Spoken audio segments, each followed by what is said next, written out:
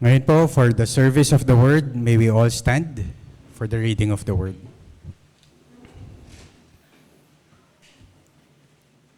For the reading of the Word, we will be reading from Genesis 5 and at the same time from John chapter 5. Sa Genesis 5 po, ang babasahin po natin ay verses 21 to 24. Again, Genesis 5 verses 21 to 24. When Enoch had lived 65 years, he fathered Methuselah. And Enoch walked with God after he fathered Methuselah 300 years and had other sons and daughters. Thus all the days of Enoch were 365 years. Enoch walked with God, and he was not, for God took him. And in John chapter 5, verse 24, the word of God says, "Truly, truly, I say to you, whoever hears my word and believes him who sent me has eternal life. He does not come into judgment, but has passed from death to life." Praise be to God for the reading of His word. Ayun po, muli, magandang hapon po sa ating lahat. At marahil lahat po tayo ay busog sa ating mga pagkain kanina. And this afternoon, we will be having our sermon delivery. Ito po ay manggagaling kay Reverend Ted Gray. Yun po ang pangalan ng pastor na nag-deliver po ng sermon ito. It was first delivered in First United Reformed Church in Oak Lawn, Illinois. At ito po ay pinreach noong 2014. 2014 pa po ito na-preach. So ngayon po, ang title po ng ating sermon would be, "Since Christ Died for Us, Why Do We Still Have to Die?" Yun po yung title. At as we proceed, marahil as we look at the Bible and as we read the Bible, meron tayong mga notable men na makikilala at maaalala. For example, pag sinabi mong si Peter, una, maaalala natin yung naglakad siya sa tubig, or kaya ang notable na maaalala natin kay Peter is, one of the things is yung betrayal niya. Just like Judas, pag sinabi mong Judas, yun yung mga maaalala mo, yung betrayal ni Judas, tsaka yung Judas hung himself. Pero pagdating kay Enoch at Elijah, when we talk about Enoch and Elijah, isang bagay ang maaari nating maalala sa kanilang dalawa. Ito ay yung dahil parehas silang hindi nakaranas ng kamatayan. Both of them were not able to experience yung physical death. Hindi nila naranasan yun.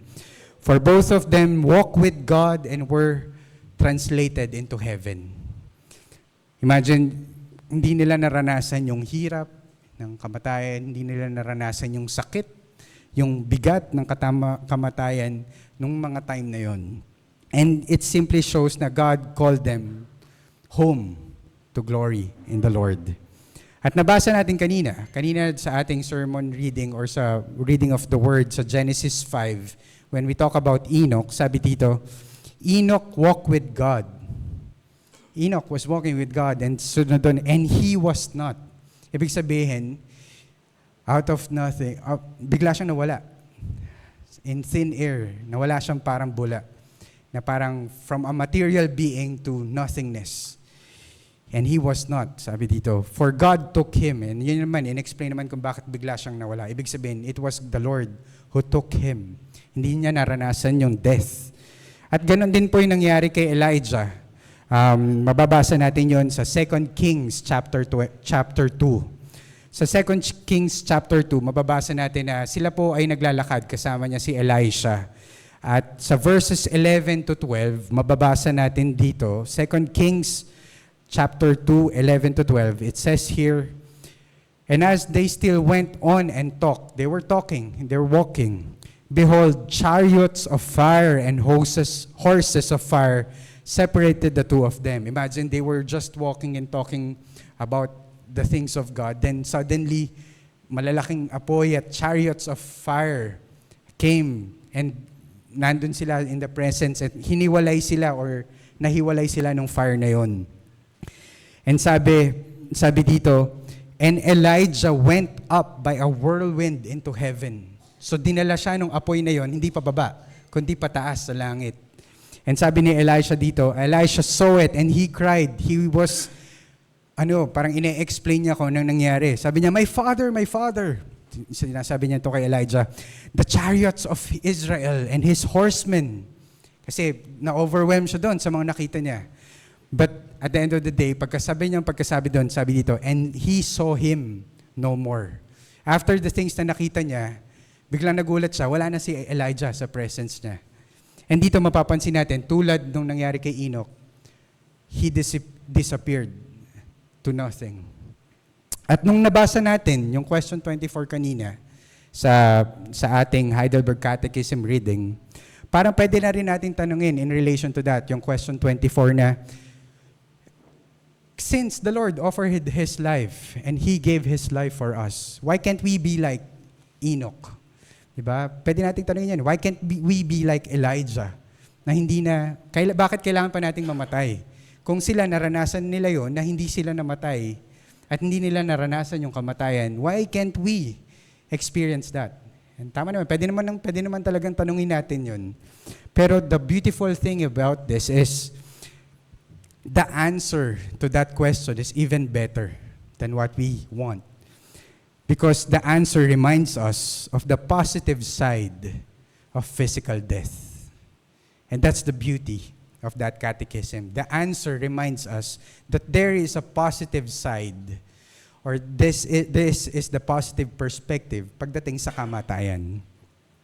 Kasi ang katotohanan po, kung tatanungin natin ang ating mga sarili at i-realize natin, hindi natin usually madalas naiisip yung positive side ng kamatayan.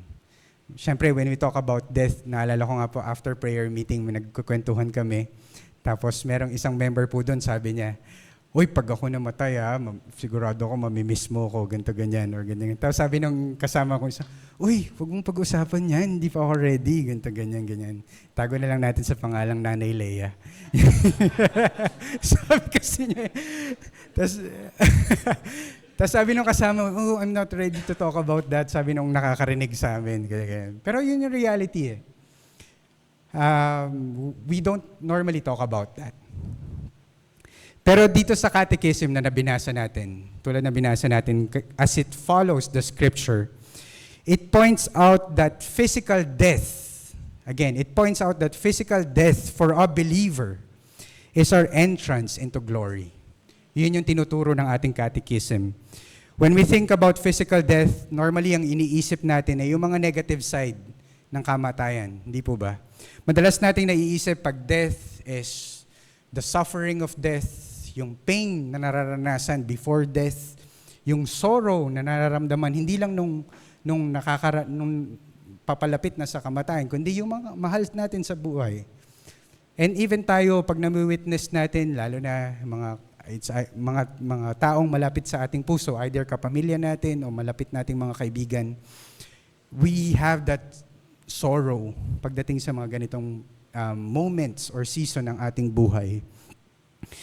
At naturally, dahil doon, marahil, mapapansin nyo, parang hirap nga namang makahanap ng positive reason or mahirap talagang tignan in a positive way yung mga bagay na to pagdating sa death.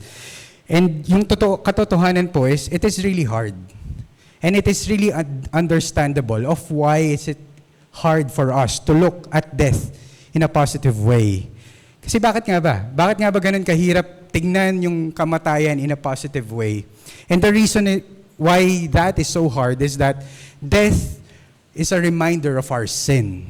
That's the primary thing, or the primary thing of why is it hard for us to think of death.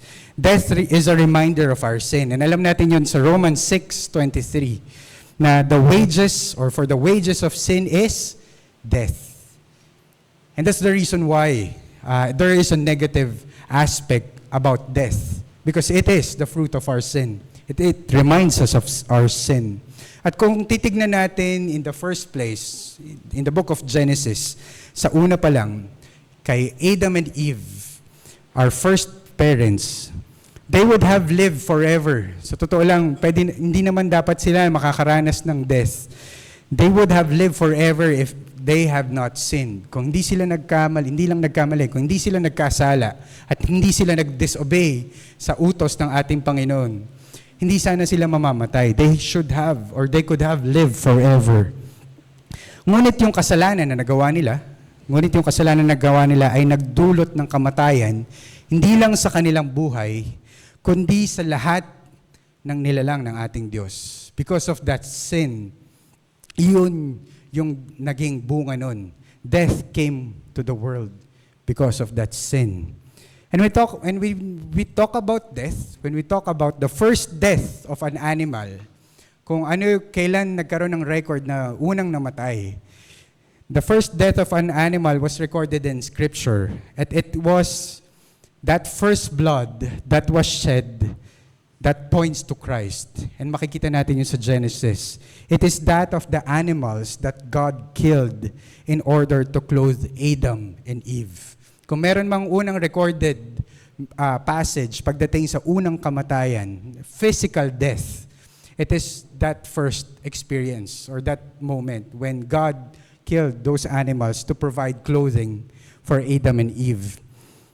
Kasi yung realidad nun, after they have sinned and committed that sin, they had tried to clothe themselves. Tinry nila na bihisan ng kanilang sarili ng fig leaves or yung malalaking dahon yun. Ang itsura nun, pag tinignan mo sa Google, parang kamay na may limang daliri. And those leaves or those clothes that they tried to cover themselves with can represent, or which somehow represents their good works, in which we know that their good works could never cover their sinful disobedience. At halatang-halata sa kanila na sila'y nagkasala dahil alam nila, nung time na yun, after they have sinned, they know for themselves that they are naked. Naked before one another and also primarily naked before the Lord. They are naked before our God. Ngunit ganun pa man, kahit na after everything, after they have committed that sin and after they have realized how naked they are because of their sin, God graciously shed the blood of animals and made garments for Adam and Eve, which points ahead to Christ. We who believe in Jesus are accepted by God because of the blood that was shed by His Son and His righteousness, which is imputed or credited, or sa Tagalog, nalimutan ko tuloy. English na lang muna. Imputed to us. Kaya nga po sa scriptures patuloy na binabanggit na tayo ay binalutan ng kanyang kabutihan. We are being clothed by the righteousness of God. We are wearing the righteous robes of Christ. Kaya nga po sa tuwing mga moments na tayo po ay nakakabalita ng mga ganitong bagay, or tayo ay pumupunta sa mga funeral services or funeral, or tayo ay bumibisita sa ating mga mahal sa buhay sa sementeryo, nawa maalala natin yung mga katotohanan ito, that we should be reminded of the tragic truth of Romans 6:23. The truth that the wages of sin is death, that there is death because of sin. Pero ang katotohanan po dito, hindi po dapat tayo tumigil doon sa phrase na yon sa Romans 6:23. At dapat isunod natin yung kasunod nun. Hindi dapat tayo tumigil lang doon sa negative aspect ng verse na yon. Kasi yung may mabuting balita sa kasunod nun, yung second part ng verse na yon is the good news that is coming from the Lord. Sabi sa second part ng 6:23 ng Romans, but the gift of God is eternal life in Christ Jesus our Lord. So there is this negative aspect of that verse, but there is this wonderful, beautiful part of this word as well. Death being the wage of sin means it brings sorrow to us. At tayo po, hindi na tayo dapat magulat doon na bakit nga ba may sorrow sa ating buhay. Because sin, it is sin in itself na yun yung reason kung bakit may death. And at the same time, it is sin as well that brings sorrow to our lives. Katama po ba? Yung sin na yun ang nagdadala sa atin ng misery. Yung sin na yun ang nagdadala sa atin ng sorrow, ng frustration sa buhay. at pain sa ating buhay. It's all because of sin. And as He experienced pain in life in this sustained world, as our Lord experienced it, Jesus also grieved a lot for a person. And yun yung familiar tayo sa buhay ni Lazarus. Jesus wept in His death. Kaya nga hindi tayo dapat magtaka kung bakit ang ating Panginoon ang perfect high priest. Dahil naranasan niya ang mga bagay na naranasan natin dulot ng kasalanan. Naranasan niya yung sorrow, yung temptations, which is external temptations, or suffering on earth. At ganun pa man, ay ganun niya tayo naiintindihan sa ating pinagdadaanan. Kaya ganun din tayo natin na magkakaroon ng assurance na tayo ay magagabayan ng Panginoon sa lahat ng challenges at sufferings na meron tayo.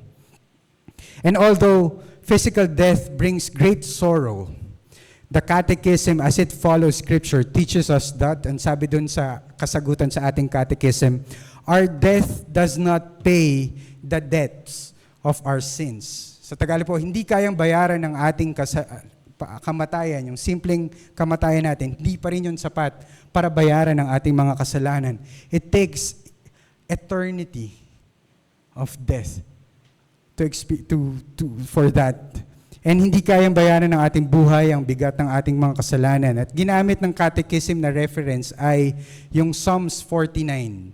So Psalms 49, 7-8, that's the reference of that answer. Sabi dito, truly no man can ransom another. Wala namang isang tao na kayang bayaran ng iba.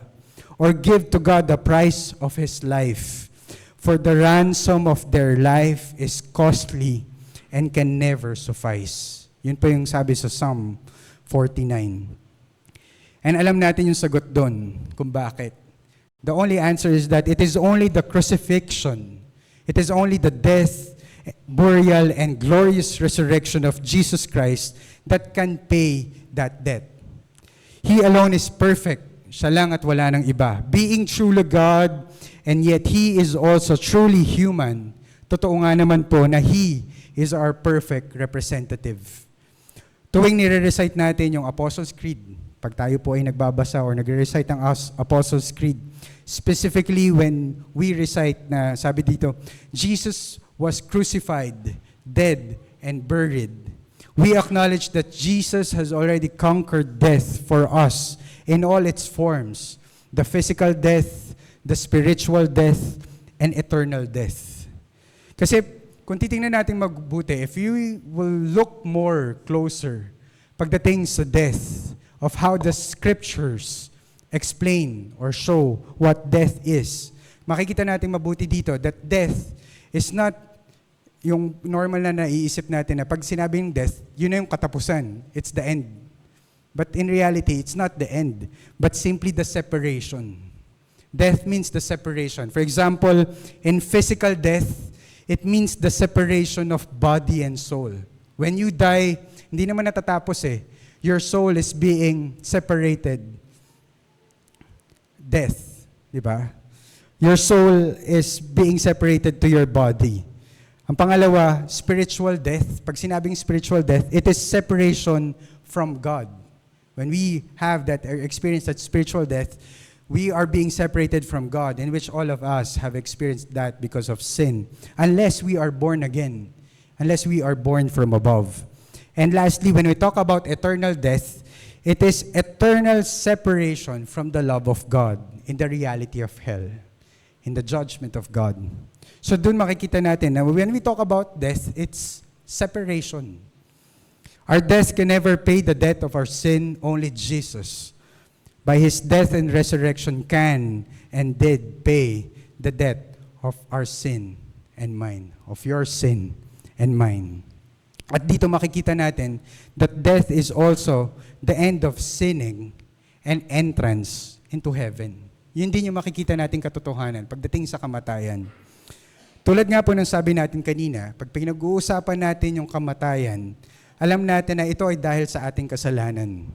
Pero dito po pinapaalala sa atin ng Catechism na may positive aspect. Ngayon po ay pupunta naman tayo sa positive aspect ng ating kamatayan. Yung beautiful side na tinatawag ng pagdating sa death. Dahil dito, sabi dito, pagkatapos na ipaliwanag ng ating kamatayan ay hindi kayang bayaran ang lahat ng ating mga kasalanan, sabi sa question 42, it puts an end to our sinning and is our entrance eternal life. And the Catechism is teaching us that God brings good out of physical death. Dito pinapakita natin that it is the Lord, it is God who brings the good out of death. First is yun nga, physical death ends our sinning. Sa Tagalog, tinatapos ng kamatayan ang ating pamumuhay sa kasalanan. Dito pinapakita na hindi makukumpleto ang ating sanctification sa buhay na to. Alam natin yon, hindi matatapos at hindi makukumpleto ang ating sanctification hanggat hindi tayo namamatay. Again, hindi matatapos ang ating sanctification sa buhay na to. Hindi ito makakumpleto hanggat hindi tayo mamamatay. Hanggat nabubuhay tayo, tayo ay paratuloy pa rin makikipaglaban sa ating kasalanan. Tayo ay makakaranas pa rin ng sufferings, ng challenges ng ating flesh because of sin. At ito ay matitigil lang pag tayo ay namatay. Can you see the beauty of that? Can you see the beauty and glory of God? But when God calls us home to glory, when we die that physical death, our sanctification is complete and we will no longer sin. Kung gusto nyo makita yung beauty, kung gusto nyo makita yung glorious truth, yung majesty ng ating tahanan sa langit, after we die in our physical bodies, ang ating Mount Zion, ang ating heavenly Jerusalem, mababasa natin yon sa Hebrews 12, 22 to 24. In Hebrews 12, 22 to 24, it says, "But you have come to Mount Zion, and to the city of the living God, the heavenly Jerusalem, to the innumerable angels in festal gathering." Doon yung makikita natin. Sa verse 23, "And to the assembly of the firstborn who are enrolled in the heaven, and to God, the judge of all, and to the spirits of the righteous made perfect, and to Jesus, the mediator of the new covenant, and to the sprinkled blood that speaks a better word than the blood of Abel." At kung titingnan natin yung verse 3 na binasa natin kanina, yun yung sinasabi doon na, to the spirits of the righteous made perfect. Ibig sabihin, dito makikita natin yung katotohanan ng sinasabi ng ating catechism na it puts the end to sinning. It puts the end of our sinning, to our sinning, because death is the end of our sinning, and it is the entrance into glory. It doesn't just end the sinning in our lives, but it starts, and it is the entrance to witnessing the glory of God. Yun po yung magandang katotohanan pagdating sa kamatayan. And it should not surprise us. Sa katotohanan po, it should not surprise us that physical death are precious in the sight of God. Kasi nakalagay rin po sa salita ng Diyos that the death of His saints is precious in His eyes. Sabi sa Psalms 116 verse 15. Psalms 116 verse 15. "Precious in the sight of the Lord is the death of His saints." Precious, ibig sabihin beautiful, wonderful in the eyes of God is the death of His saints. And the reason why our death is precious in the sight of God is that it marks our crossing over from death to life. It marks that transition of this life of sin into the eternal life in the Lord, where we will never sin again. At totoo po naman po na tayo ay may eternal life na dito sa mundong ito. Sa side ng eternity na meron tayo ngayon. Meron naman po tayong eternal life. But our soul enters into the life of perfection at physical death. We can now experience the life of perfection after our death. At ito din po yung sinasabi sa John 5:24. Sabi dito, "Truly, truly, I say to you, whoever hears my word and believes Him who sent me has eternal life. He does not come into judgment but had passed from death to life." Yun sinasabi sa John chapter 5 na binasa natin kanina sa ating sermon word, sa word, reading of the word. At dito po sa ibang version sinasabi doon na crossed over from death to life. At sa sermon po, in-explain yun in such a way na medyo American in context, pero tin-translate ko na lang sa atin para mas makarelate natin. Inahin tulad siya na, for example, sa atin, kunyari, meron tayong mga kamag-anak or tayo mismo na kailangan pumunta sa ibang bansa para magtrabaho. Para sa mga OFW, maaaring makarelate dito, or may mga kamag-anak na kailangan magtrabaho or kailangan umalis ng bansa or kailangan mag-aral ng 2 years sa Australia, mga ganon. Yung mga ganong examples. At kung titingnan natin sa side natin, bago umalis, merong konting sadness sa pamilya. Yung every time na aalis ka ng bansa at alam mong matagal ka. Tama po ba? Yung alam mong mamimiss mo yung mga kamag-anak mo, mamimiss mo yung mga mahal mo sa buhay, mamimiss mo yung pamilya mo, mga anak mo. Tapos magyayakapan kayo, magpapaalaman kayo sa isa't isa, ma-maximize nyo yung time bago umalis. Minsan nagbibilinan pa or nagbibigay pa ng bilin sa mga mahal sa buhay bago umalis. Tapos pagpasok sa airport or sa gate sa airport, hanggat sa huli, hanggat kaya pang tumanaw, hanggat kaya pang kumaway, kakaway ka. Tapos marahil pagkapasok mo, mararamdaman mo yung ganong lungkot, maiiyak ka at magkakaroon ka ng ganong kalungkutan. Dahil nga alam mong matagal kang mawawala. Pero yung kasunod na reality naman, pagdating doon is, habang nasa eroplano ka, at malalaman mong malapit ka nang dumating doon sa bansa or sa lugar na pupuntahan mo, bakit nga ba parang may mararamdaman kang unexplainable joy?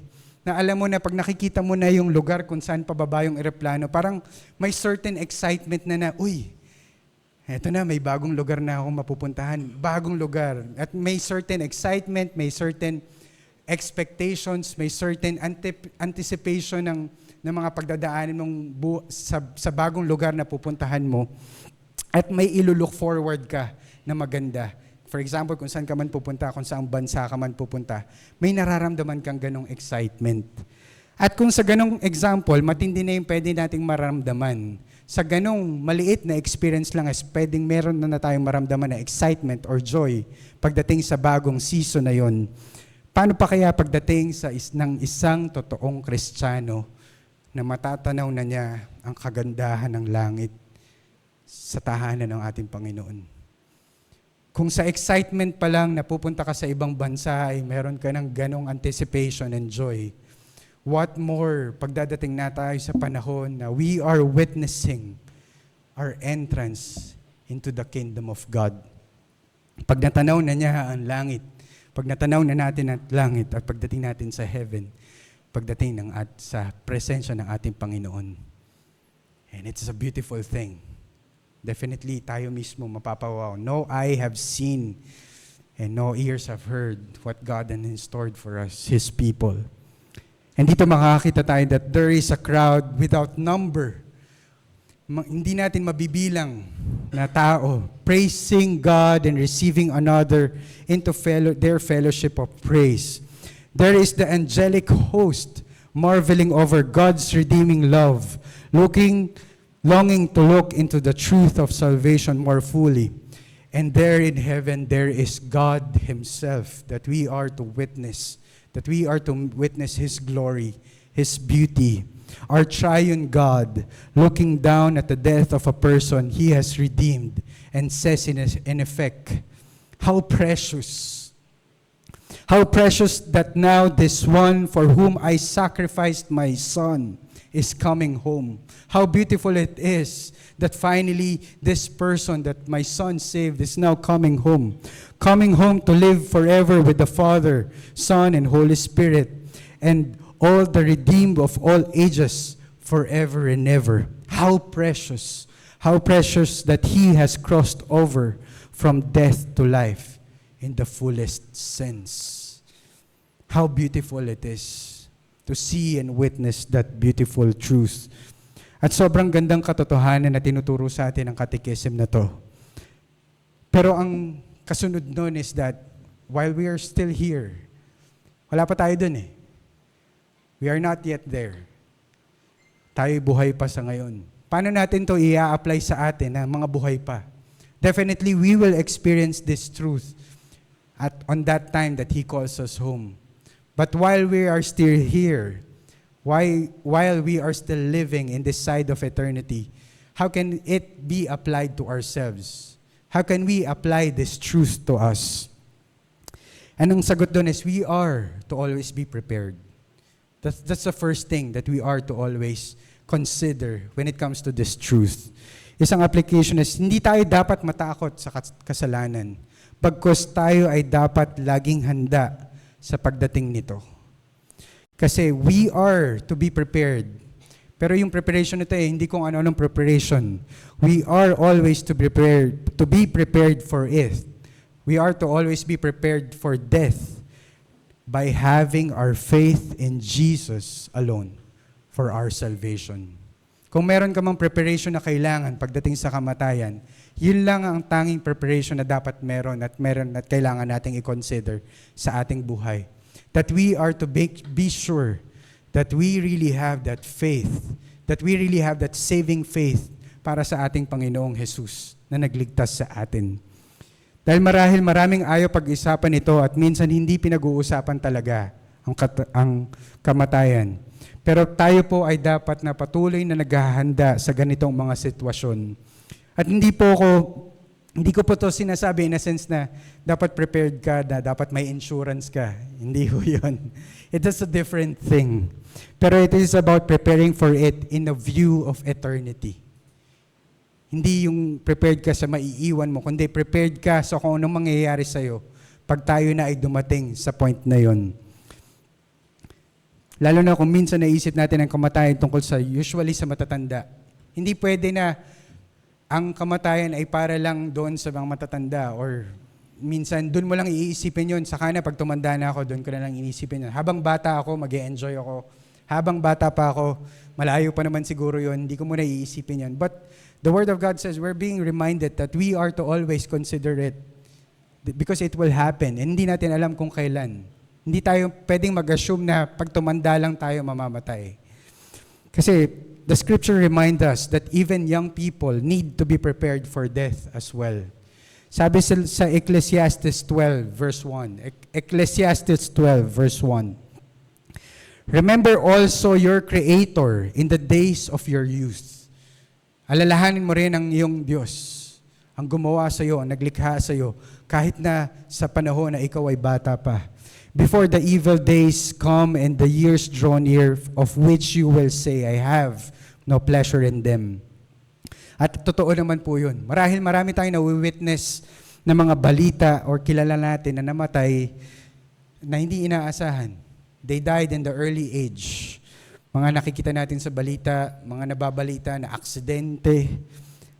Ngayon may naririnig tayo for the past months or years, lalo na sa ibang bansa, may mga mass shooting sa mga school in which doon makikita natin na batang-bata namatay dahil sa kasalanan ng isang tao. Or namatay dahil sa calamity. May mga nakikita tayong mga recent calamity, earthquakes, mga bagyo, even sa mga nakikita ko sa social media, naliligo lang sa ilog, tapos biglang may unexpected na surge na inanod sila. Those are young men or young kids. And even itong nakaraang pandemic, who could have expected it na ganito yung mangyayari? Kaya we are always being reminded that we are to always be prepared because death is certain. At sa New Testament, ang counterpart ng Ecclesiastes 12 verse 1 is 2 Corinthians 6 verse 2. Now is the time of God's favor. Now is the day of our salvation. We are to always think of it every day. At hindi man mahalaga kung anong edad natin, matanda man or bata pa, dapat tayo ay handa pa rin sa bagay na to dahil tayo alam natin na ito ay dadating sa lahat ng tao. Sabi nga sa Hebrews 9:27, and just as it is appointed for man to die once, and after that comes judgment. And that's it. We are to die once, and then judgment. At dito, yung appointed death na meron tayo. Marahil pwede tayo mag-isip, Marami tayong appointment sa buhay. Marami tayong mga nakaschedule. At minsan maisip natin yung mga appointments na yun, pwede nating i-cancel, pwede natin i-reschedule, pwede nating i-move next month, next year, or depende na lang kung kailan. Pero itong appointment na to, wala tayong magagawa. Ito ay dadating at dadating. At wala tayong say dito. Tanging ang Panginoong Diyos lamang ang may alam kung kailan yung appointed time na tayo ay mamamatay. Ganon ka-importante ito mga kapatid. Kaya tayo dapat ay laging handa. And that each of one is prepared, not with anything else, and not through anything else, but be prepared by having that saving faith in Jesus Christ alone. That's the only preparation that we need.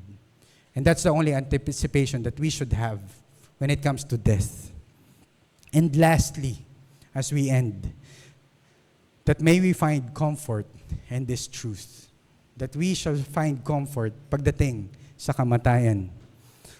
Muli po, pagdating sa ating mga mahal sa buhay, pag tayo ay nakakaranas ng kamatayan, lalo na sa mga mahal natin sa buhay, kahit na po tayo ay Kristiyano, kahit na po tayo ay talagang totoong nananampalataya at naniniwala sa Panginoon, tayo po ay makakaranas pa rin ng mourning.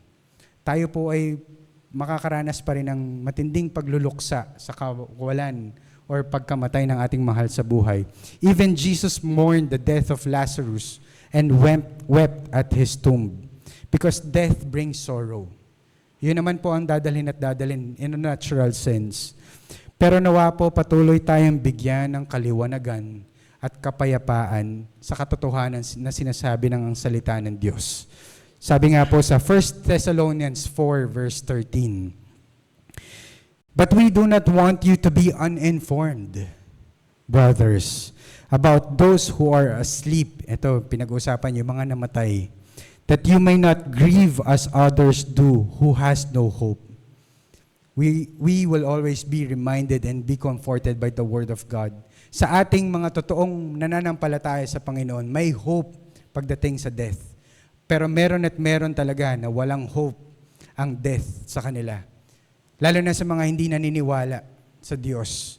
Na akala nila yun na yung katapusan ng hirap pag natapos sila sa buhay na to. But there is no hope for those who don't believe in God. We all know that Jesus is victorious over death.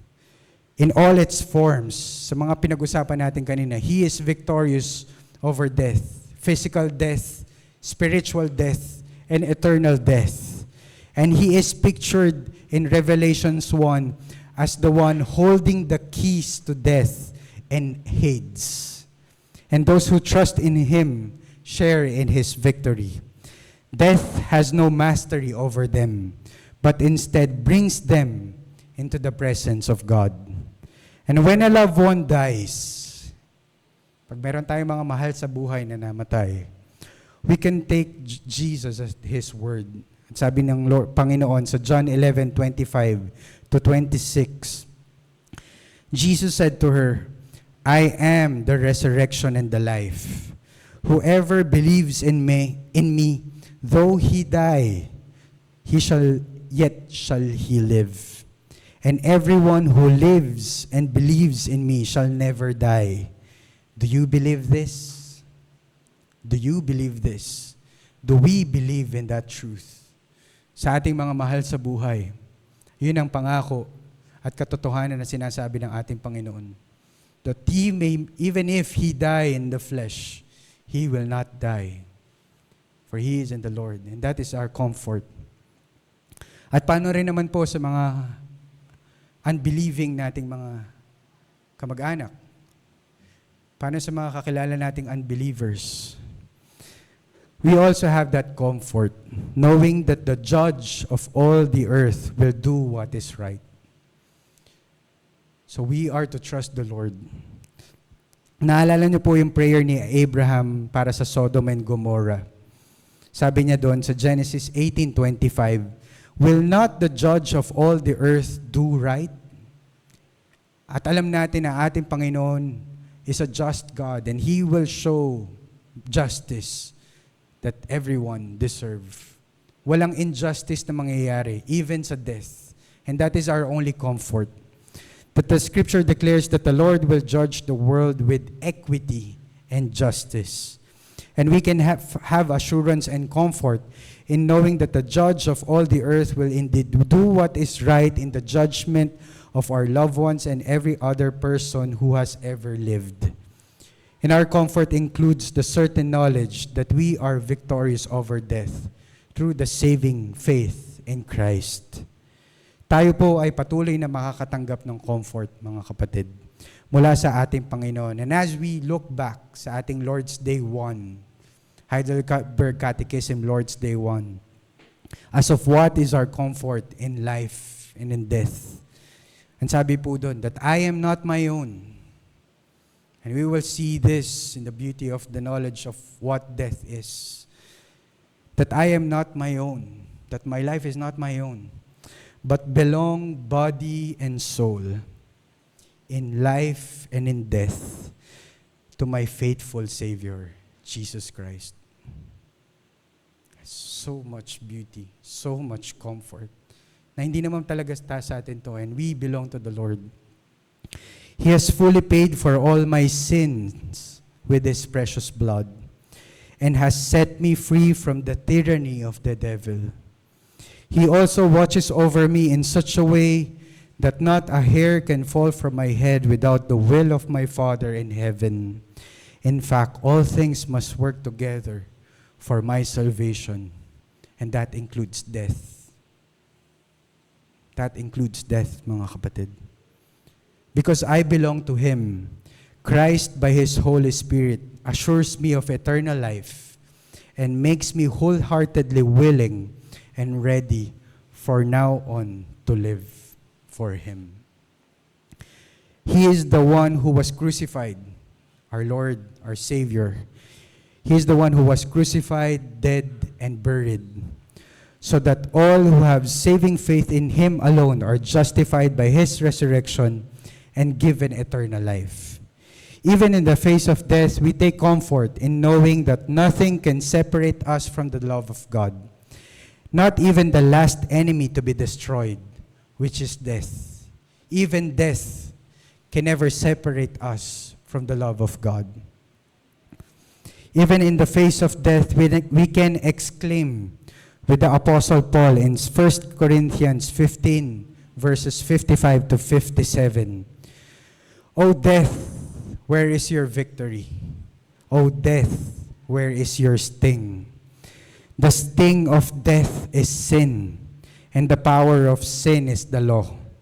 But thanks be to God, who gives us the victory through our Lord Jesus Christ. Amen.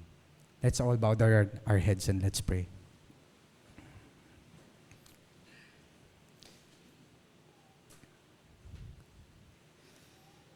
Heavenly Father, our God and our King, we thank you for your word this afternoon. We thank you that it is you alone to whom we can find genuine comfort and rest. We acknowledge how weak we are, in which apart from you, O Lord, we can't stand on our own, even have faith in you. We live in a life that has a lot of fears. Marami kaming takot, Panginoon. We can get anxious with anything and with everything, especially when we talk about dying, O God. But we thank you for reminding us of your truth, and may it bring comfort to our bodies and peace to our soul. Forgive us, O Lord, if sometimes we are too self-focused or self-centered when it comes to how we look at our lives, that we fear death, not knowing or realizing that death is the only entrance for us to have so that we can enter into your glory. It ends our sin, O Lord. It ends our suffering. And it begins our life of eternity with your presence. Convict us with your word for us to be reminded that to live is Christ and to die is gain. That the focal point of our lives is not about us, but about you, our eternal God, our Creator, and our King. That as we live in our flesh, as we live right now, May we continue to glorify you until such a time that you separate us from these weak, sinful vessels and receive us in your kingdom that is far greater than anything that we can have or experience here in this side of eternity. We continue to trust you with our lives, for even our life itself belongs to you. Allow us, O Lord, to be prepared for it. Allow us, O Lord, to be prepared for death. Not with anything else, but to be prepared by having nothing else but faith to the one who died for us and gave his life for us. We thank you, O Lord. We praise you, O God, and we thank you for your grace. And this we pray in Jesus' name. Amen and amen.